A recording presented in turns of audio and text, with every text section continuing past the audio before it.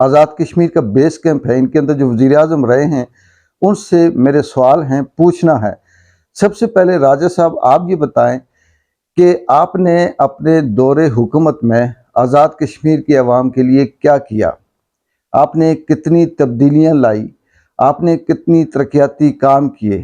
سوائے اس کے کہ ٹوٹی کھمبا، وہی پرانا پائپ، بجلی پانی کا پائپ، یا کسی کو 1 کلومیٹر تک کوئی سڑک دے دی، یا رستہ بنا دیا، یا سیڑھیاں دے دی، اس کے علاوہ کوئی ایسا کام، کوئی ایسا پروجیکٹ جس میں آزاد کشمیر کے اندر ہیلتھ بہتر ہوئی ہو، جس میں آزاد کشمیر کے اندر تعلیم بہتر ہوئی ہو، جس میں آزاد کشمیر کے اندر عام آدمی کا لیونگ سٹینڈرڈ بہتر ہوا ہو، ایسا کوئی پروگرام، ایسی کوئی تبدیلی، ایسی کوئی بات آپ نے کی ہو تو بتائیں۔ یہ بیس کیمپ بیس کیمپ تو تحریک آزادی کے نام پہ بنا تھا، لیکن پاکستان اور آزاد کشمیر میں جس طرح سے باقی تمام پروجیکٹ ہیں، چاہے وہ مہاجرین کے نام سے ہوں، چاہے وہ دہشت گردی کے نام سے ہوں، چاہے وہ جنگ کے نام سے ہوں، چاہے وہ کسی آپریشن کے نام سے ہوں، یا وہ کسی بھی حوالے سے پاکستان کے اندر سینکڑوں ایسے پروجیکٹس ہیں جن کو عوام کے لیے یا ملک کی خدمت کے لیے یا ملک کی ترقی اور بہتری کا نام دے کر وہ پروجیکٹ لانچ کیے جاتے ہیں، لیکن ان سب کے اندر کرپشن ہوتی ہے۔ مہاجرین کے نام پر پیسے لے کے کھائے جاتے ہیں، یہاں پہ تعلیم کے نام پر پیسے لے کے کھائے جاتے ہیں، یہاں پر صحت خرابی کے نام پر پیسے لے کر کھائے جاتے ہیں، یہاں پر آپریشن کرنے کے نام پر پیسے لے کر کھائے جاتے ہیں۔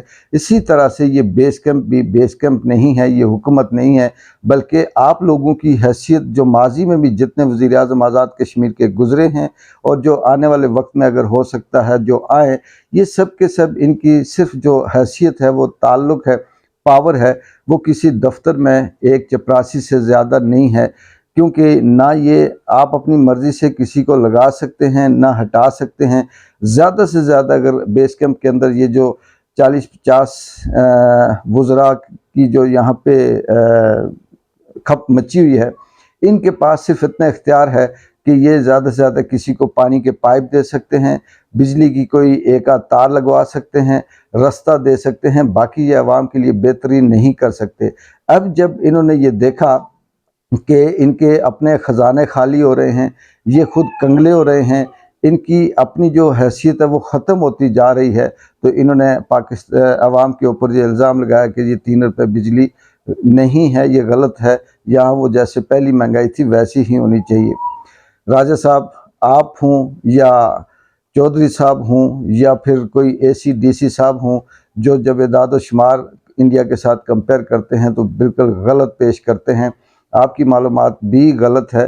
دنیا میں ایسا ہی ہوتا ہے، جو جس جگہ سے جو چیز پیدا ہوتی ہے اس کو سبسڈی کے طور پر، اس کو اس کی رائلٹی کے طور پر، اس کو اس کی بہتری کے طور پر وہ سہولت دی جاتی ہے۔ آپ غریبوں کے اوپر کیوں جاتے ہیں؟ راجہ فاروق حیدر صاحب ہوں یا ماضی کے جتنے بھی وزیر ہیں یا جو رہے ہیں، جو اس وقت موجودہ چودھری صاحب ہیں، 70,000 برقیات کے ملازمین ہیں۔ ایک دفعہ پھر کہتا ہوں راجہ صاحب، آزاد کشمیر کے اندر 70,000 برقیات کے ملازم ہیں، ان کو فری بجلی آپ نے دی ہوئی ہے، کیوں؟ یہ کس کا حق ہے؟ کیا یہ برقیات والے بل نہیں دے سکتے؟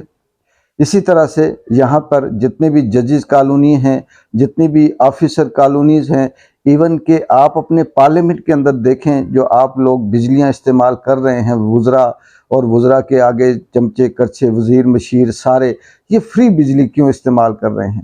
ان کا بوجھ عام آدمی کیوں دے؟ یہ جو 3 روپے یونٹ کی آپ بات کر رہے ہیں، جب آپ بل دیں گے، جب آپ کے برقیات کے سرکاری ملازم بل دیں گے، جب آپ کے بیوروکریٹس بل دیں گے، تو یہ بل، یہ جو سارا آپ کہتے ہیں کہ خزانہ خالی ہو گیا، یہ فل ہو جائے گا۔ آپ خود مفت کھائیں، آپ عیاشیاں کریں، آپ بجلی کے بل نہ دیں، آپ پیٹرول مفت بھروائیں، آپ باقی سب کچھ عیاشیاں کریں، اور صرف عام آدمی اور عوام کو یہ کہیں کہ جی آپ نے ظلم کر دیا، 3 روپے یونٹ لے کر، آپ نے آٹے میں سبسڈی لے کر تو ملک کو کنگلا کر دیا، ہم تنخواہ کہاں سے دیں؟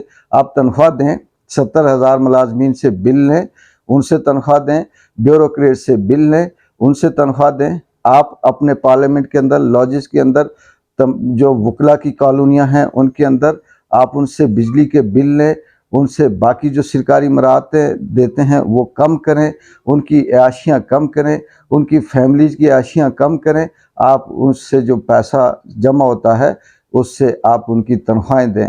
ایسا نہیں ہے کہ آپ یہ بیان دے کر تو آپ کسی اسٹیبلشمنٹ کے پیارے ہو جائیں گے، یا آپ کو پھر کوئی ایسا گرین سگنل مل جائے گا کہ جی میں نے تو آپ کی بڑی حمایت کی ہے، وہ دور اب گزر گیا۔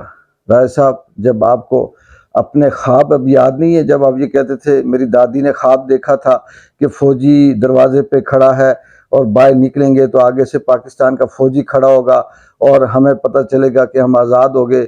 جب یہ خواب یہ سنتا ہوں تو میری آنکھوں میں آنسو آ جاتے ہیں۔ وہ خواب کس کے لیے تھا؟ آپ کی دادی، آپ جو یہ خواب دیکھ سکتے ہیں وہ اپنے لیے دیکھتے تھے، اس عوام کے لیے نہیں تھے، آزادی کے لیے نہیں تھے، آسانی کے لیے نہیں تھے، یا پھر خواب بھی نہیں دیکھا؟ عوام کو بیوقوف بنایا آپ نے، تسلیاں دی، جھوٹی عوام کو ہمدردیاں حاصل کرنے کے لیے آپ ایسے من گڑت کہانیاں سناتے ہیں۔ کیونکہ آپ سب کی، جتنی بھی، آپ کی نہیں بات کر رہا، آپ کے علاوہ بھی جتنے بھی ہیں، وہ صرف اور صرف عوام کو بھاشن دیتے ہیں۔ ایک آتا ہے وہ اپنا نعرہ لے کے آتا ہے، دوسرا آتا ہے وہ اپنا لے کے آتا ہے، کوئی کہتا ہے جی کہ ہم آزادی کی تحریک کو چلائیں گے، کوئی کہتا ہے اگلی سال سری نگر میں جھنڈا لہرائیں گے، کوئی کہتا ہے جی ہم انڈیا کو اس کے منہ توڑ جواب دیں گے۔ یہ سب اب سمجھ آ چکا ہے۔ آپ کسی تحریک کے حصے دار نہیں ہیں، آپ کسی سری نگر میں جھنڈا لہرانے کی جرت نہیں رکھتے، آپ کسی بات کو کرنے کی ہمت نہیں رکھتے، آپ صرف عوام کو بیوقوف بنانے کے لیے آپ کو تنخواہ ملتی ہے۔ آپ بیس کیمپ کے اندر صرف یہ جو آزاد کشمیر کے 50 لاکھ بیڑ بکریاں ہیں، ان کو ہانکنے کی آپ کو تنخواہ ملتی ہے۔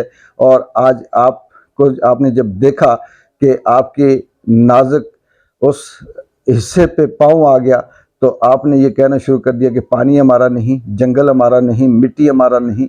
تو راج صاحب، آپ جس علاقے میں رہتے ہیں، جس گاؤں میں رہتے ہیں، اس کی حالت دیکھ لیں کیا رکھی ہوئی ہے۔ اسی لیے وہاں سکول نہیں ہے، وہاں ہاسپٹل نہیں ہے، وہاں سہولت نہیں ہے، وہاں سڑک نہیں ہے۔ چکار میں جائیں، کیا حالت ہے آپ کے علاقے کی؟ وہ صرف اس لیے آپ نے رکھا ہوا ہے کہ وہ آپ کے آگے بول نہ سکے۔ جب انہیں سکول ملیں گے، جب ہاسپٹل ملیں گے، جب سڑکیں بہتر ہوں گی، جب ان کا سٹینڈرڈ آف لائف بہتر ہوگا تو وہ شاید سوال کرنا شروع کر دیں۔ اور آپ پھر یہ کہتے ہیں کہ آپ بڑے ہمدرد ہیں۔ آپ کی زمین پھر آپ کی نہ ہوئی نا، آپ کا گھر بھی آپ کا نہیں ہے، اگر یہ پانی آپ کا نہیں ہے تو پھر چھوڑ دیں، دے دیں کسی کو، غریب کو، کہ وہ آ کے رہتا رہے۔ آپ کے علاقے سے گزریں تو وہاں پہ سانسیں رکتی ہیں، ڈر لگ رہا ہوتا ہے شاید کوئی گولی نہ مار دے، اور آپ پورے کشمیر کو کہتے ہیں جی کہ آپ نے غلط کر دیا۔ مجھے صرف افسوس اور دکھ اس بات کا ہے کہ ہم غلط سوچتے رہے، غلط چنتے رہے، ہم غلط لوگوں کو یہ کہتے رہے کہ ہمارے لیڈر ہیں، ہمارے رہنما ہیں۔ نہ یہ رہنما ہیں، نہ یہ لیڈر ہیں، یہ مفاد پرست ہیں۔ لیکن کب تک یہ مفاد پرستی کریں گے؟ اگر آپ نے دیکھا ہو تو اسی ویڈیو کے نیچے جو کمنٹس لوگوں نے دیے تھے وہ اگر آپ پڑھ لیتے تو شاید آپ کو دوبارہ ایسی بات کرنے کی ہمت یا جرت نہ ہوتی اور آپ اس کی وضاحت کرتے۔ اقبال جن جو کو اجازت دیں، اللہ حافظ۔